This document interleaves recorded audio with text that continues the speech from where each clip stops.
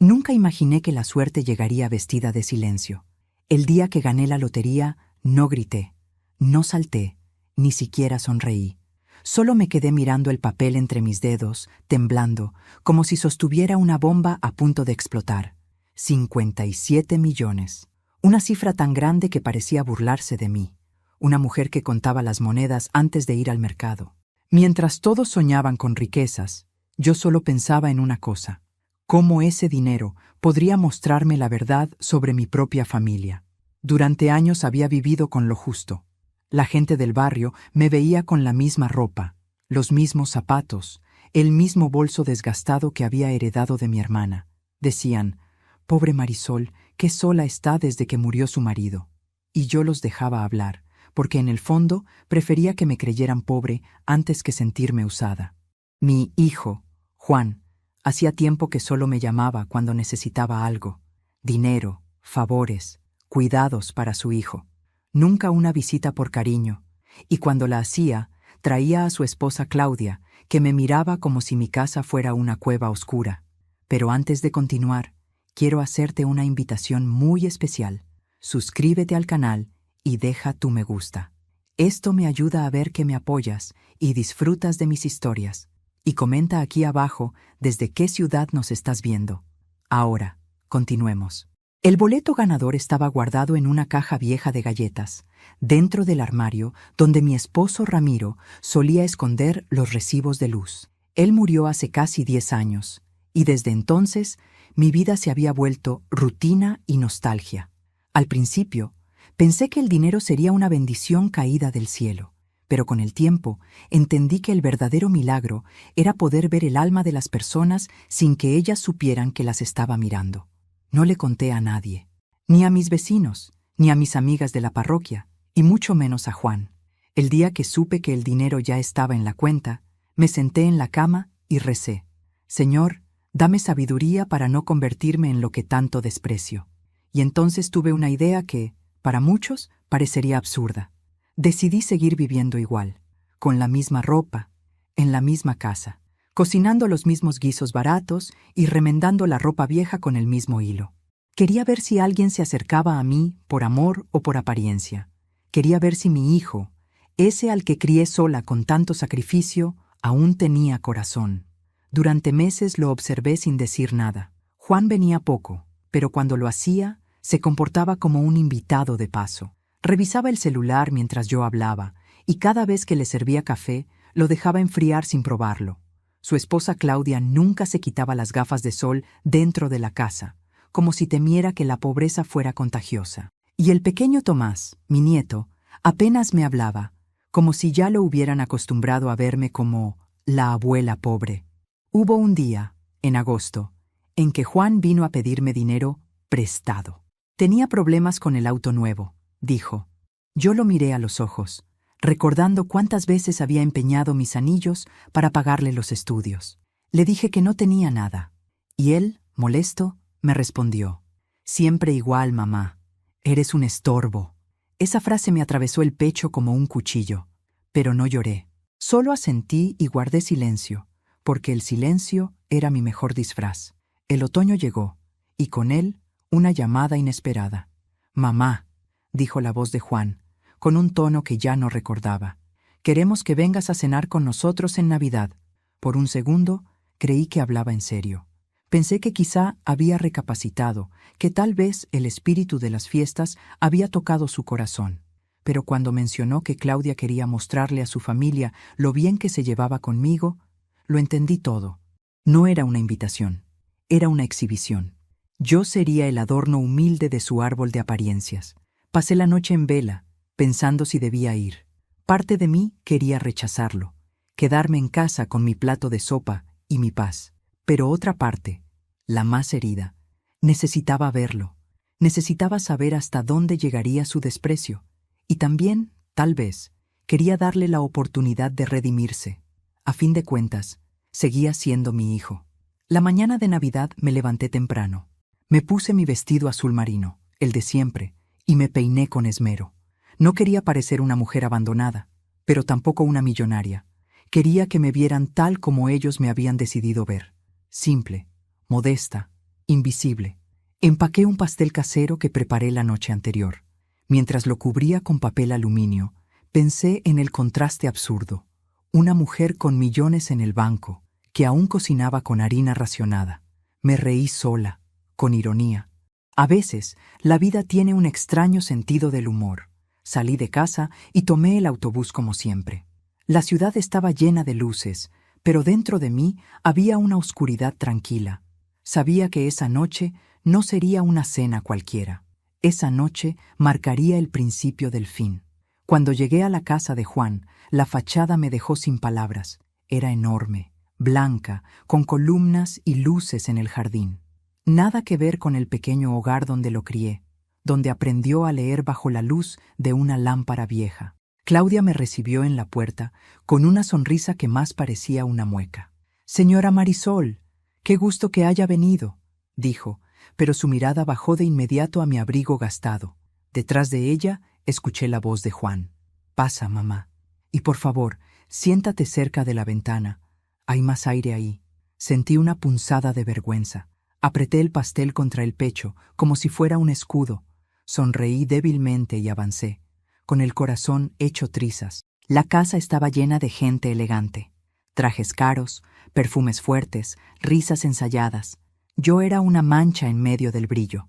Me senté en silencio, mirando el árbol de Navidad cubierto de adornos dorados.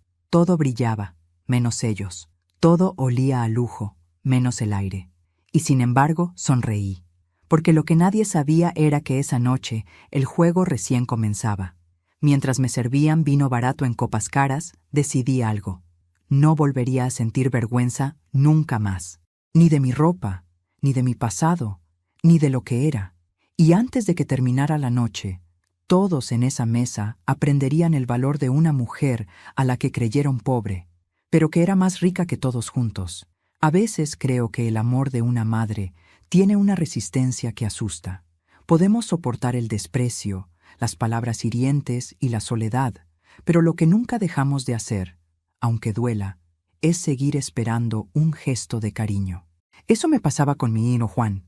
Lo amaba tanto que incluso después de cada humillación seguía encontrando excusas para justificarlo. Recuerdo cuando era pequeño cómo me abrazaba después de la escuela y me decía: «Mamá, cuando sea grande te voy a comprar una casa enorme, llena de flores». En ese entonces su voz era pura ternura, pero el tiempo, las amistades equivocadas y la obsesión por aparentar fueron apagando esa dulzura. Juan se transformó en un hombre ambicioso y cada logro suyo parecía alejarlo un paso más de mí. Después de casarse con Claudia, la distancia se volvió un muro. Claudia era todo lo contrario a mí. Siempre arreglada, con perfumes caros y ropa que brillaba más que su sonrisa. Desde el primer día me dejó claro que yo era un estorbo en su vida. «Su hijo necesita rodearse de gente de su nivel, señora Marisol», me dijo una vez, sin pestañear. «Usted debería quedarse en casa y descansar». Lo dijo con esa voz amable que usan los ricos para disimular el veneno. Yo solo asentí, porque no quería causarle problemas a Juan, pero por dentro algo se quebró. Pasaron los años y mis visitas se hicieron cada vez más raras. Cada vez que los llamaba, Claudia contestaba el teléfono y decía: «Ay, justo salíamos, suegra. ¿Le parece que lo hablemos otro día?» Y otro día se volvía un mes. Y luego, nada. Mi casa, que antes era el centro de las risas de mi hijo, se volvió un refugio silencioso. El eco de los recuerdos era mi única compañía. El día después de aquella cena de Navidad no pude dormir.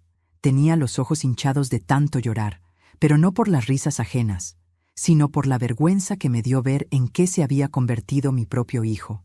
Me pregunté una y otra vez qué había hecho mal. ¿Le di demasiado? ¿O le di tan poco que aprendió a despreciar lo que no brilla? El amor, cuando se entrega sin medida, a veces termina convirtiéndose en un espejo roto. Y en cada pedazo solo ves tus errores reflejados. Pero a pesar de todo, no sentí odio. No todavía. Lo que sentí fue un deseo de justicia silenciosa. No quería gritarle ni avergonzarlo en público. Quería que él mismo se enfrentara al peso de su desprecio, que entendiera el valor de lo que perdió. Unos días después, fui a visitarlo sin avisar.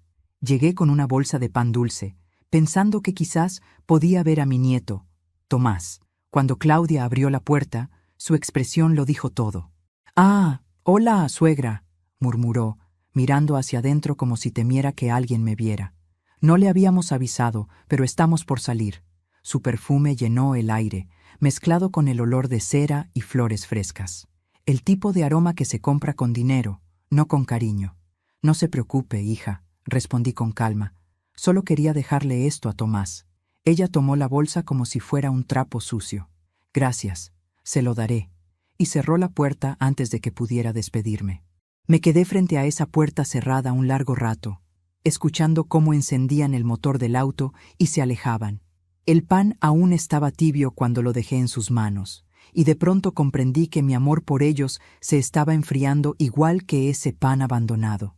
Esa misma tarde, regresé a mi casa y saqué del cajón la caja de galletas donde guardaba los documentos de mi fortuna. Allí estaban los papeles, intactos. El dinero seguía creciendo en el banco, como si esperara el momento perfecto para ser usado. Y entonces, algo dentro de mí cambió. Me di cuenta de que no quería morir siendo invisible. Quería dar una lección, no con ira, sino con elegancia, con la misma calma con la que había soportado el desprecio. Comencé a escribir en una libreta. Apunté nombres de lugares, ideas, direcciones. Empecé a imaginar cómo sería mi vida si dejaba de esconderme detrás de esa fachada de pobreza.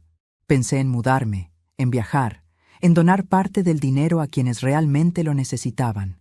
Pero antes debía cerrar un ciclo. Y ese ciclo se llamaba Juan. Pasaron algunos días hasta que volví a escucharlo. Me llamó una mañana de domingo. «Mamá, ¿cómo estás?», dijo fingiendo dulzura. «Bien, hijo». «¿Y tú?», respondí, conteniendo la desconfianza. «Quería saber si todavía tienes ese terrenito en el pueblo». «Sí, claro», mentí, sabiendo que lo había vendido hacía años. «Ah, es que pensaba, si no lo estás usando, podríamos arreglar para venderlo. Te haría un favor», lo dijo como quien ofrece limosna. Me quedé en silencio, y él interpretó mi pausa como duda. «Mamá, tú ya estás grande, no puedes encargarte sola de esas cosas. Déjame a mí, yo sabré administrarlo». Tuve que contener la risa amarga que me subía a los labios. Administrarlo. Sí, eso era lo que él quería, seguir administrando lo que no le pertenecía. «Déjame pensarlo, hijo», le respondí. «Perfecto», dijo él, satisfecho. «No te preocupes, tú solo descansa». Al colgar, me quedé mirando el teléfono largo rato, y entonces lo supe. Ya no había vuelta atrás. Era hora de que el mundo, y sobre todo mi hijo, vieran quién era realmente Marisol López. Esa noche fui al banco por primera vez desde que gané la lotería. Me senté frente a mi asesor y le dije: «Quiero comprar un apartamento».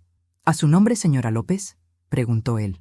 «Sí», respondí con firmeza, «pero no lo quiero ahora. Lo quiero entregar en Navidad». El hombre sonrió, pensando que era un capricho de una anciana solitaria. Si tan solo hubiera sabido lo que realmente planeaba. Salí del banco con una sensación de paz que no recordaba desde hacía años. El aire me sabía distinto. Por primera vez en mucho tiempo, no era una madre herida. Era una mujer que se levantaba sobre su propio dolor. Miré al cielo y murmuré: «Ramiro, amor, creo que al fin voy a devolverle al mundo un poco de lo que me quitó». Y el viento, suave, pareció responderme con un suspiro. No sabía todavía cómo, pero estaba segura de algo. Mi hijo aprendería lo que significa el valor, el respeto y la vergüenza. La noche de Navidad siempre tuvo un significado especial para mí. Era la época en la que, aunque hubiera poco pan en la mesa, siempre había espacio para la risa, para el abrazo, para el amor sincero. Pero esa noche fue distinta. No olía a hogar, sino a perfume caro. No se escuchaban villancicos, sino murmullos de apariencias, y el corazón que debía estar lleno de esperanza se me partía despacio con cada palabra que escuchaba. Cuando llegué a la casa de Juan y Claudia, la puerta estaba abierta y el sonido de las copas tintineando me golpeó antes que el aire frío. «¡Ah! Llegó la mamá de Juan», anunció alguien desde el fondo, como si hablara de una desconocida. Entré con el pastel que había preparado y sonreí, tratando de disimular la vergüenza que me provocaba aquella bienvenida vacía. Claudia se acercó con su sonrisa impecable. «Qué linda sorpresa, suegra», dijo, tomando el pastel entre sus manos como si sostuviera algo frágil, pero sin intención de agradecer. Su mirada recorrió mi abrigo desgastado, mis zapatos viejos, y su sonrisa se endureció. «¿Lo hizo usted?», preguntó. «Sí, claro. Es de manzana, con canela. Qué dulce». Soltó una risita leve y lo entregó a una sirvienta. «Déjalo en la cocina, por favor». Ni siquiera me ofreció asiento. Juan apareció detrás de ella, con un vaso de vino en la mano y la sonrisa de quien se siente importante. «Mamá, me alegra que hayas venido». «Gracias, hijo», le dije. No quería perderme la cena familiar. Él me miró un segundo, y por un instante creí ver en sus ojos algo de ternura, pero se desvaneció al notar que varios invitados lo observaban. Entonces se alejó, dejándome sola, parada junto al árbol, con las luces reflejándose en mis lágrimas contenidas. Me sentaron al final de la mesa, lejos del centro, como si fuera una sombra en la fiesta de otros. La vajilla brillaba bajo la luz cálida del comedor. Platos enormes, copas finas, cubiertos de plata. A mi alrededor, los familiares de Claudia hablaban de viajes, relojes suizos y regalos carísimos. Yo solo los escuchaba, en silencio, con mis manos juntas sobre el regazo. Me sentía como una intrusa en un mundo que ya no era mío. Entonces, alguien preguntó en tono de broma: «Juan, ¿y tu mamá? ¿A qué se dedica?». La pregunta cayó como un golpe en la mesa. Mi hijo sonrió, nervioso. «Ah, mi madre», dijo riendo. «Bueno, digamos que está jubilada». «¿De qué trabajaba?», insistió el hombre. «Un tío de Claudia, creo». Juan miró alrededor, incómodo, y soltó: «No se fijen en la ropa ni en el olor de mi madre, ¿sí? Ella no tiene mucho dinero para vestirse bien». Las risas se extendieron como fuego. Yo bajé la cabeza, deseando desaparecer. Cada carcajada me caía encima como piedras. Y Juan, mi propio hijo, seguía sonriendo. Claudia fingió un gesto de pena. «Ay, Juan, no seas cruel», dijo, pero en su voz había más burla que compasión. «Es broma, mamá.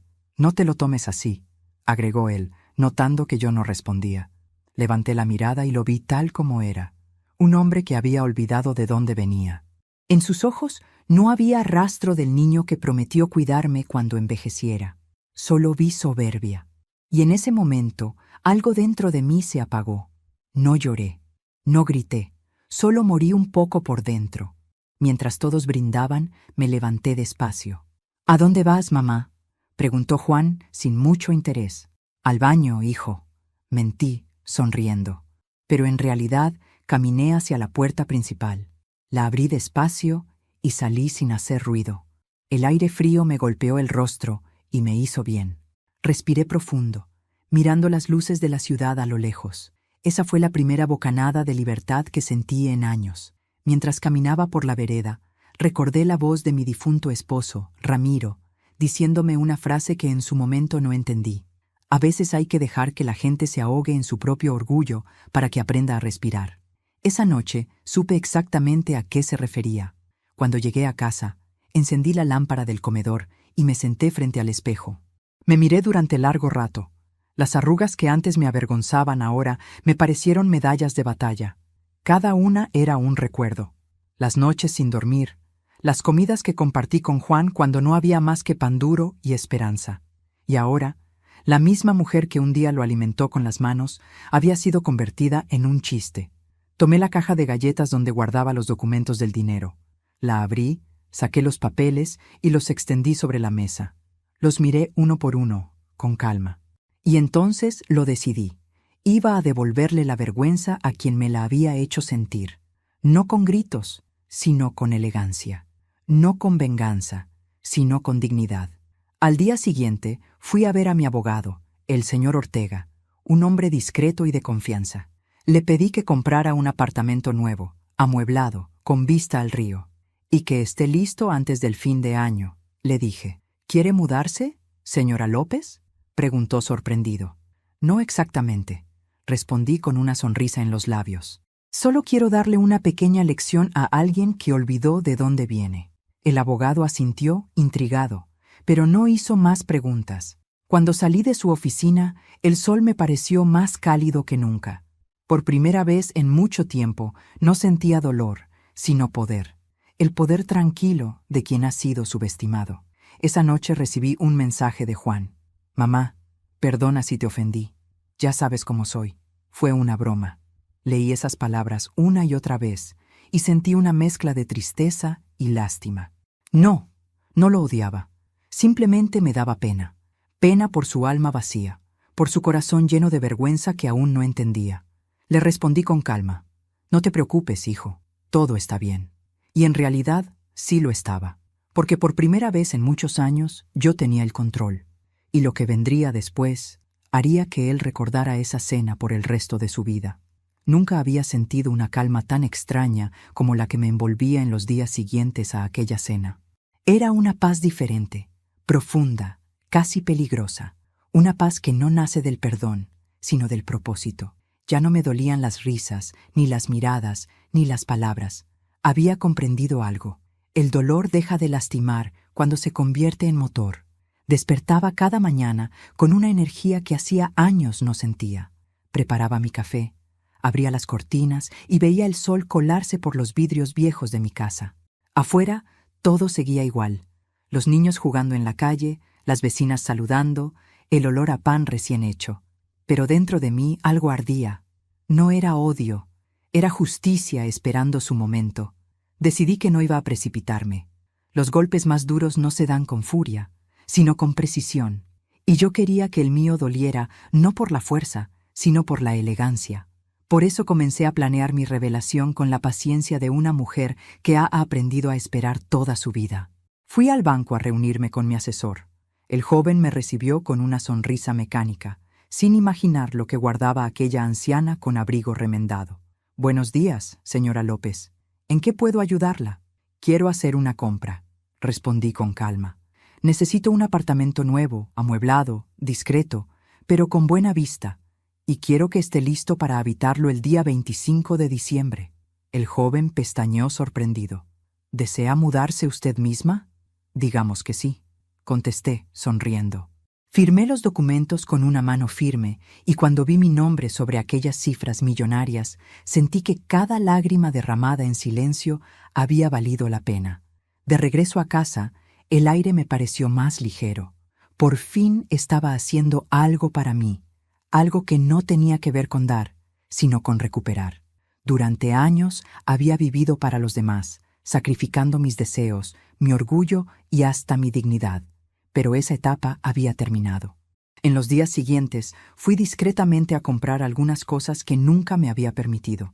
Un abrigo nuevo, de lana beige, un par de zapatos cómodos y elegantes, un perfume suave, de esos que huelen a flores secas y madera. No eran símbolos de vanidad, sino de dignidad recuperada. Cada prenda nueva era como coser una herida antigua. Una tarde, mientras me probaba el abrigo frente al espejo, recordé una conversación que tuve con mi esposo Ramiro muchos años atrás. Él siempre decía, Marisol, hay dos tipos de personas, las que se enriquecen en silencio y las que gritan su pobreza para dar lástima. Y yo había aprendido a callar en ambos casos. Quizá por eso la vida me había puesto a prueba de la forma más cruel. Pero ahora entendía su mensaje. La verdadera fuerza está en lo que no se muestra, sino en lo que se demuestra. Una mañana, mientras tomaba el café, escuché la voz de mi vecina, doña Teresa, llamándome desde la puerta. «Marisol, ¿te enteraste de que el hijo de Claudia compró otro auto?» «Sí, me lo imaginaba», le respondí con una sonrisa tranquila. «Dios mío, qué gente tan derrochadora. Y tú aquí, tan callada, siempre con lo justo. A veces el silencio tiene más poder que el ruido, Teresa». Ella se rió sin entender. Si tan solo supiera lo que estaba a punto de pasar. Pasaron los días y mi plan comenzó a tomar forma. Llamé a Ortega, mi abogado, y le pedí que contratara un chofer para el 25 de diciembre. «Quiero que llegue puntual a las 9 de la noche», le indiqué. «Que toque la puerta de la casa de mi hijo y pregunte por mí». «¿Y qué debe decir el chofer, señora?», preguntó intrigado. «Solo una frase», respondí. «Señora, todo está listo en su nuevo apartamento. ¿Vamos?» Ortega levantó la mirada, sorprendido. «Entiendo», dijo al fin. «Entonces, ¿quiere que todo se vea como una entrega oficial?» «Exactamente. ¿Puedo preguntarle algo?» «¿Por qué ese día?» Lo miré y sonreí con serenidad. porque quiero que el recuerdo de esta Navidad dure para siempre. Durante los días previos, evité cualquier contacto con Juan. No lo llamé, no escribí, no di señales de vida. Sabía que, como siempre, él daría por sentado que yo estaría esperando su llamada. Esa indiferencia suya se había vuelto costumbre, pero esta vez sería distinta. Esta vez yo sería quien tuviera la última palabra. La víspera de Navidad me dediqué a preparar mi casa, no por tristeza, sino por despedida. Guardé algunas cosas en cajas, otras las dejé en su sitio. Esa casa había sido testigo de mis peores momentos, pero también de los más sinceros, y mientras barría el suelo, pensé que los lugares también se cansan del dolor. Quizás era hora de dejar que respirara sin mí. Al caer la noche, me serví una copa de vino, no para celebrar, sino para marcar el inicio de algo nuevo. Brindé en silencio, mirando por la ventana las luces del vecindario. Por ti, Ramiro, susurré. Por todas las mujeres que callan, por todas las madres que aman sin recibir nada a cambio, y por mí, que al fin entendí mi valor. El 25 llegó con un aire distinto. El cielo estaba despejado, y el sol iluminaba cada rincón como si todo el universo esperara aquel momento. Pasé la mañana en calma, preparando mi bolso y revisando los papeles finales. A las 5 de la tarde, el chofer, un hombre joven de traje impecable, tocó mi puerta. «Buenas tardes, señora López. Todo está listo». «Perfecto, hijo. Pero recuerda lo que te dije. Llegaremos a la casa de mi hijo a las 9 en punto». «Así será». A las 6 me arreglé con cuidado. Elegí un vestido azul oscuro, el mismo color que Ramiro decía que me hacía parecer más alta. Me coloqué el abrigo nuevo y rocié un poco del perfume que había comprado. Cuando me miré al espejo, no vi a una anciana olvidada. Vi a una mujer que había sobrevivido a todo.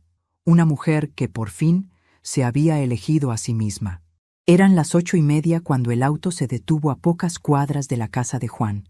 Desde la ventana vi las luces encendidas, las sombras moviéndose, las risas de los invitados, la misma escena que un año atrás me había hecho llorar. Pero ahora no había lágrimas, solo una sonrisa serena, la de quien sabe que su momento ha llegado. El chofer me miró por el espejo retrovisor. «¿Está lista, señora?» «Más que nunca», le respondí. Y mientras el auto avanzaba lentamente hacia la puerta principal, supe que el destino, por fin, se había puesto de mi lado. En unos minutos, todos en esa casa aprenderían lo que cuesta subestimar el corazón de una madre. Las horas previas a aquella noche se deslizaron lentas, como si el tiempo mismo quisiera saborear lo que estaba por venir. No había nervios, ni miedo, solo una extraña serenidad, esa que se siente cuando uno sabe que todo lo que debía soportar ya quedó atrás. Me miré al espejo antes de salir. El reflejo que me devolvió la mirada no era el de una anciana derrotada, sino el de una mujer que por fin había aprendido a sostener la cabeza en alto. Me arreglé con calma, coloqué un broche dorado en el cabello y respiré hondo. Había esperado este momento durante demasiado tiempo. El reloj marcaba las 9:05 cuando el chofer estacionó frente a la casa de Juan. Desde el auto podía ver las luces encendidas, los invitados moviéndose de un lado a otro, las risas que salían por la ventana abierta. La misma escena de un año atrás, pero ahora todo se sentía diferente.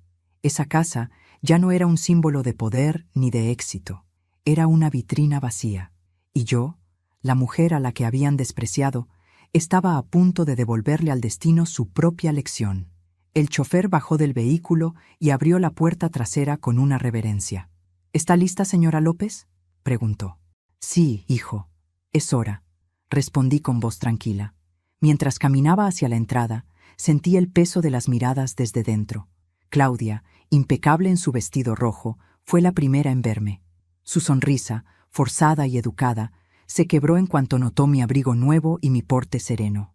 «Ah, señora Marisol, no la esperábamos esta noche», balbuceó.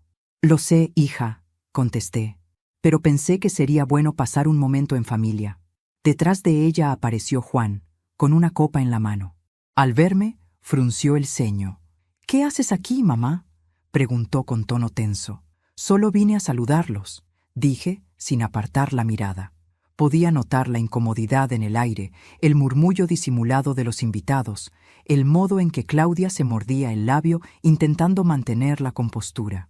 «Mamá, estamos en medio de la cena», empezó Juan, pero no alcanzó a terminar. El sonido del motor del auto de lujo volvió a escucharse afuera. La puerta se abrió y el chofer entró con paso firme. «Disculpe, señora», dijo en voz alta, dirigiéndose hacia mí. «Todo está listo en su nuevo apartamento. ¿Vamos?»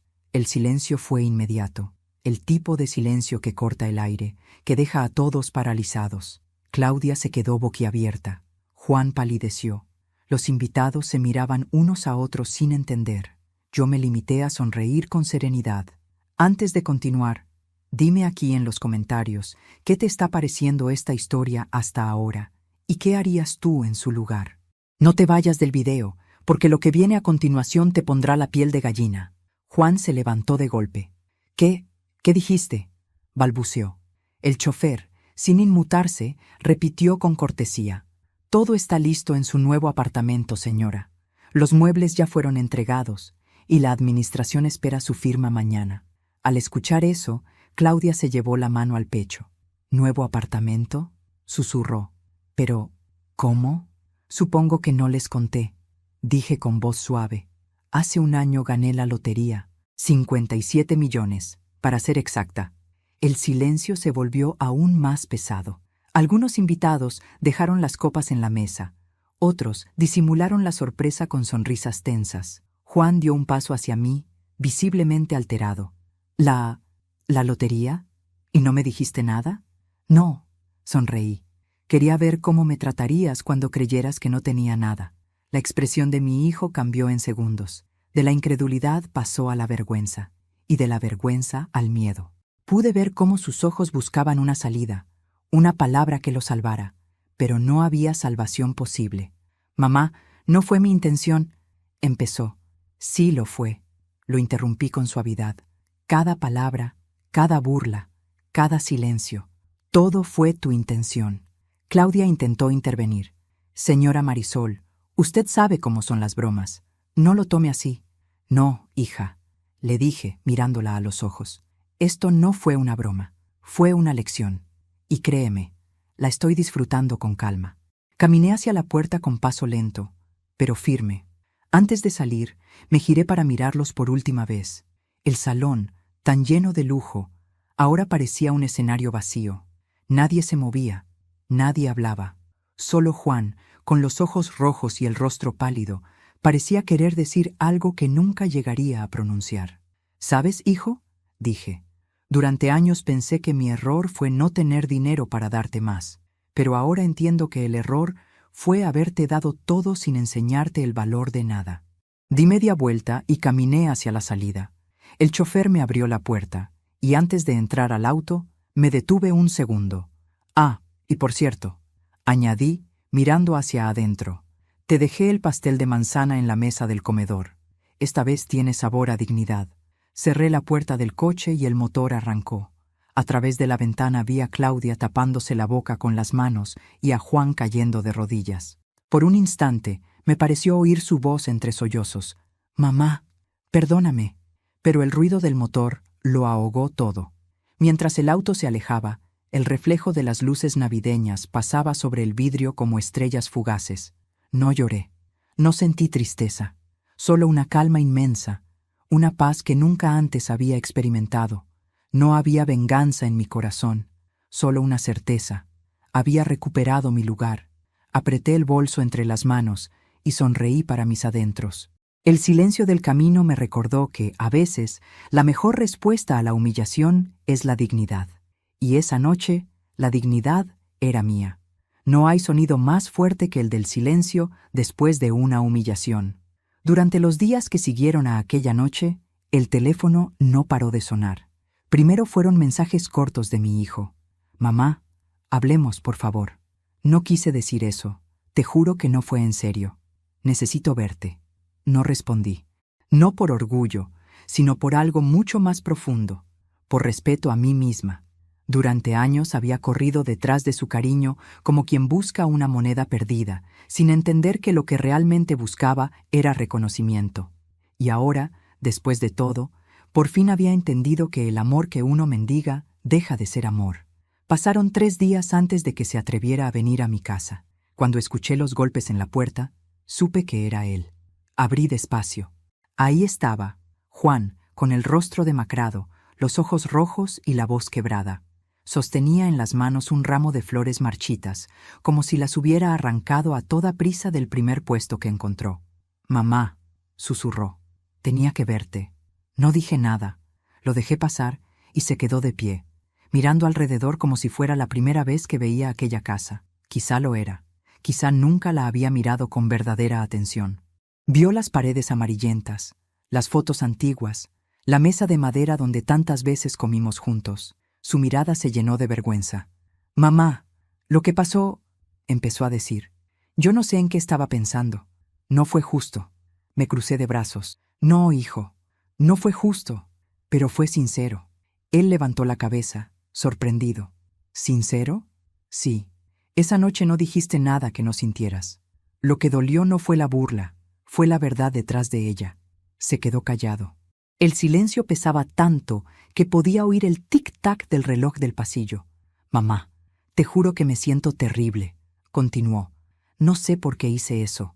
«Sí lo sabes», respondí, «porque durante años te enseñé que siempre estaría aquí, sin importar cómo me trataras. Te acostumbraste a mi paciencia, a mi amor sin límites, y cuando alguien cree que el amor de una madre es eterno, deja de cuidarlo».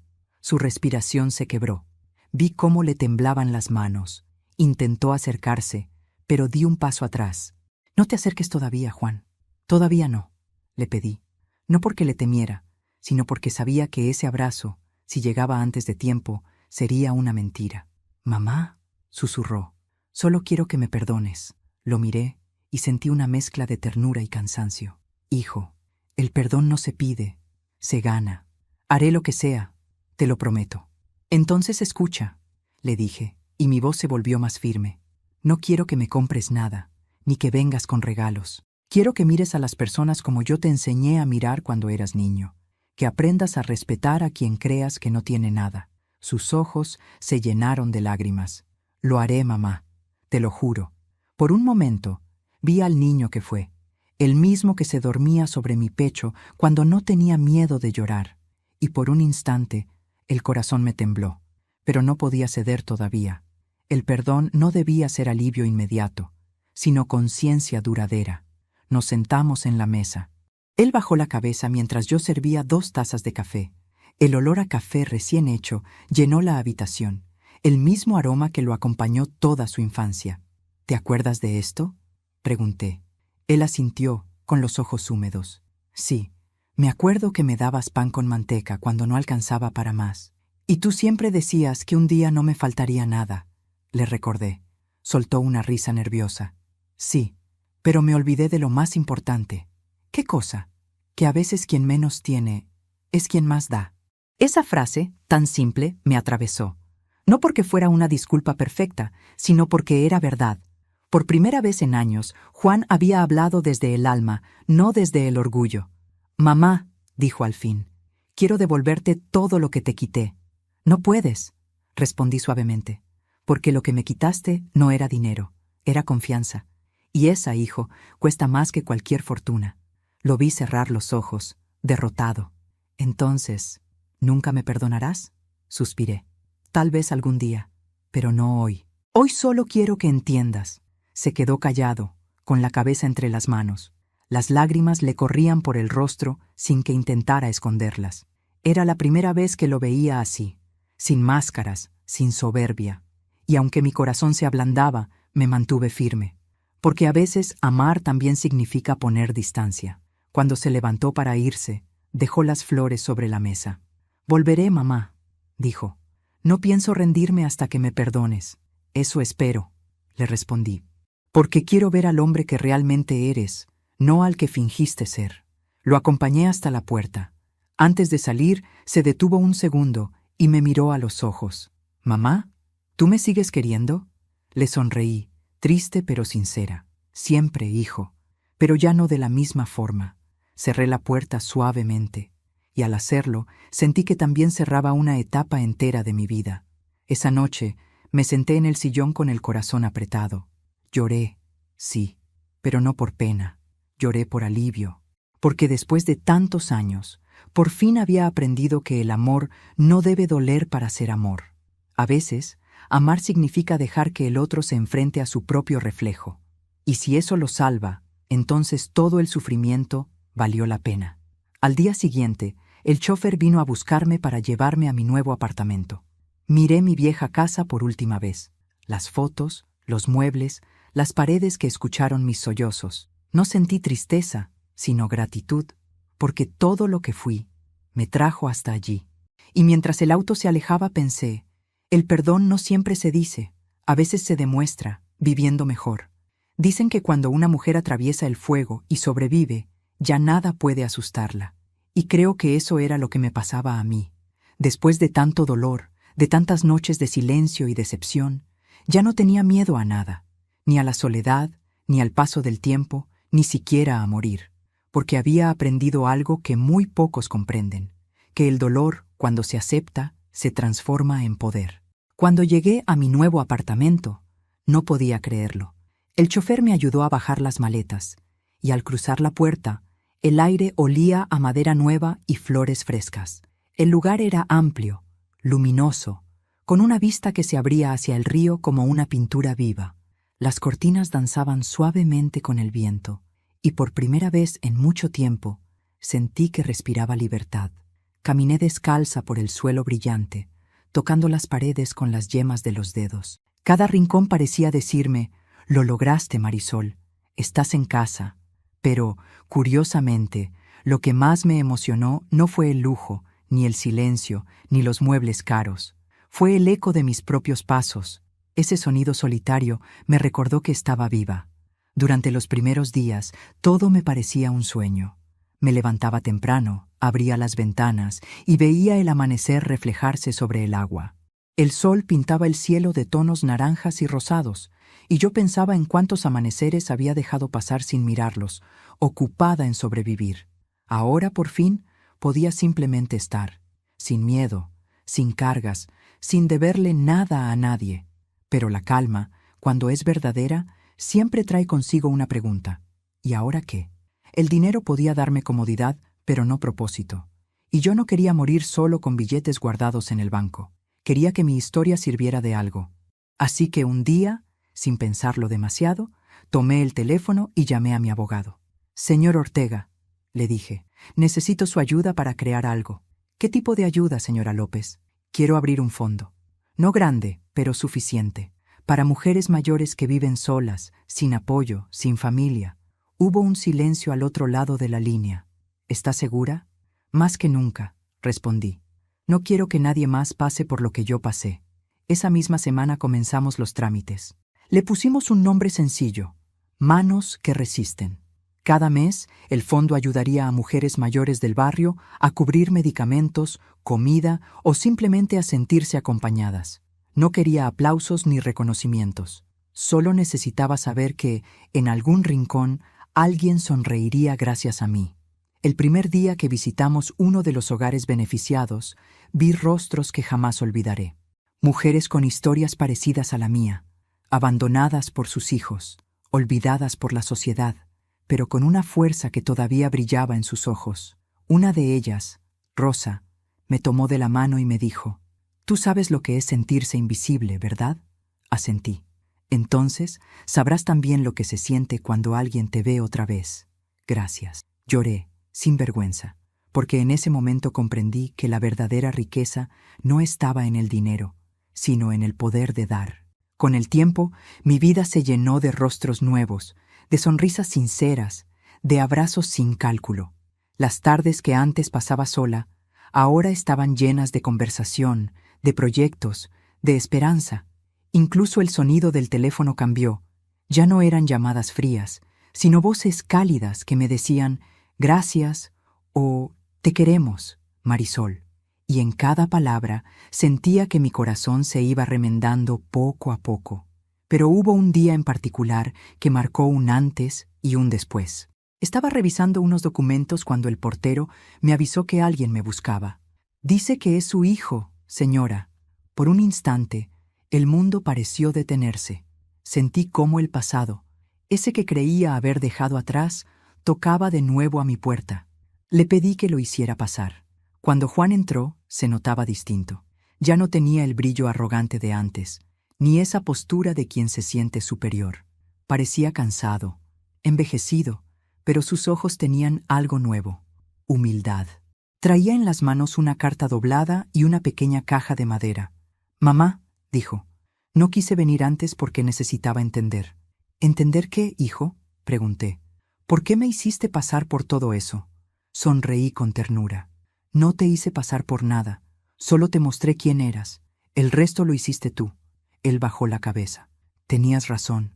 Fui un cobarde, un ingrato, y no merezco que me perdones, pero vengo a intentarlo igual». Dejó la caja sobre la mesa y la empujó hacia mí. Dentro había un pequeño marco con una foto de los tres: él, yo y su padre, Ramiro, el día que se graduó del colegio. «Siempre la guardé», susurró. «Solo la había escondido porque me dolía mirarla». Tomé el marco con las manos temblorosas. La imagen, amarillenta por el tiempo, me devolvía una versión de nosotros que creí perdida. No le respondí enseguida, solo lo abracé. Y por primera vez en años sentí que el abrazo no era de arrepentimiento, sino de comprensión. En ese instante supe que, aunque no olvidaría, tal vez sí podría perdonar. No con palabras, sino con el corazón. Nos quedamos en silencio un largo rato. Luego, Juan se levantó para irse. Antes de salir, me miró y dijo: «Ahora entiendo por qué lo hiciste así, mamá». «¿Y qué entendiste?», pregunté. «Que a veces hay que perderlo todo para ver lo que realmente importa». Cuando la puerta se cerró, una lágrima rodó por mi mejilla, pero no era tristeza, era alivio. Esa noche salí al balcón y miré el cielo estrellado. Pensé en todo lo que había pasado, en las veces que quise rendirme, y en cómo la vida me había devuelto mucho más de lo que esperaba. No dinero, no lujos, sino algo más profundo: la paz de saber quién soy. Me serví una copa de vino y brindé en voz baja. «Por mí», susurré, «por todas las mujeres que descubrieron su fuerza cuando creyeron que ya no tenían ninguna». Y por un segundo, juraría que el viento me devolvió la voz de Ramiro, suave, casi un eco. «Lo hiciste bien, Marisol. Lo hiciste muy bien». Han pasado 6 meses desde aquella noche en que mi hijo cruzó de nuevo mi puerta. Desde entonces, mi vida se ha llenado de pequeños milagros cotidianos, no de los que caen del cielo, sino de los que uno aprende a construir con paciencia. Las flores de mi balcón florecen sin que las riegue demasiado. El aroma del café llena cada mañana de calma. Y mi corazón, ese que un día se rompió en silencio, late ahora con una serenidad que no conocía. A veces me siento frente a la ventana con una manta sobre las piernas, viendo cómo el sol se esconde detrás de los edificios. El río se tiñe de dorado, y en ese instante siento que la vida me susurra al oído que todo valió la pena. Ya no pienso tanto en el dinero. Está ahí, en el banco, pero ya no tiene poder sobre mí. Sirvió para abrir puertas, sí, pero no para llenar vacíos. Lo que realmente me sostuvo no fue la fortuna que gané, sino la fuerza que descubrí cuando todos creyeron que no tenía nada. Hace poco, Juan volvió a visitarme. Traía a Tomás, mi nieto, de la mano. El niño me abrazó con una sonrisa que me derritió el alma. «Abuela, papá me dijo que tú eres la mujer más valiente que conoce». Tuve que mirar a Juan, y él asintió en silencio, con los ojos llenos de gratitud. Esa tarde cocinamos juntos. Hice pastel de manzana, el mismo que un día se burlaron de mí por llevar. Pero esta vez sabía distinto. Tenía sabor a perdón, a reencuentro, a familia reconstruida. Mientras reíamos, me di cuenta de que el tiempo no borra las heridas, pero enseña a vivir con ellas, y cuando el amor regresa, no vuelve igual, vuelve más consciente, más verdadero. Después de que se fueron, me quedé sola en el apartamento, pero no era una soledad triste, era una soledad elegida, plena, luminosa. Miré las fotos en la pared, yo, Ramiro y Juan en los viejos tiempos, las mujeres del fondo, manos que resisten. Mi nieto en su primer día de escuela, y comprendí que todo lo que había perdido alguna vez, La vida me lo había devuelto multiplicado. Quizás por eso ya no temo al paso del tiempo. Cada arruga, cada cicatriz, cada silencio, me cuenta una historia que vale más que el oro. Y si algo aprendí, es que la verdadera riqueza no está en lo que uno tiene, sino en lo que uno es capaz de perdonar sin perderse a sí mismo. Hace unas noches soñé con Ramiro. Estábamos en un campo lleno de luz, y él me miraba sonriendo, con esa paz que solo tienen los que han cumplido su misión. ¿Ya estás tranquila, amor?, me preguntó. Sí, Ramiro, por fin. ¿Y nuestro hijo? Aprendió. A su modo, pero aprendió. Él asintió y me dijo antes de alejarse: entonces puedes descansar en paz contigo misma. Desperté con lágrimas en los ojos, pero también con una sonrisa. Sentí que el círculo al fin estaba cerrado. Hoy, mientras escribo estas líneas en mi cuaderno, quiero dejar una última reflexión para quien escuche mi historia. Nunca permitas que el desprecio de otros te haga olvidar quién eres. La dignidad no se compra, se construye con silencio, con paciencia y con amor propio. Y cuando te hagan sentir menos, recuerda: nadie puede humillar a quien ya aprendió a amarse sin condiciones. Yo ya no soy la mujer que lloraba en las sombras. Soy la mujer que aprendió a mirar el dolor a los ojos y sonreírle, porque entendí que no hay venganza más elegante que la paz. A veces, las lecciones más duras nos llegan disfrazadas de humillación, pero cada herida que sanamos nos hace más sabias, más fuertes y más libres. Cuéntame en los comentarios desde qué ciudad nos estás viendo. Dale me gusta si esta historia tocó tu corazón y suscríbete al canal para seguir acompañándome en más relatos llenos de emoción, esperanza y vida. Porque todas tenemos una historia que merece ser contada, y esta fue la mía.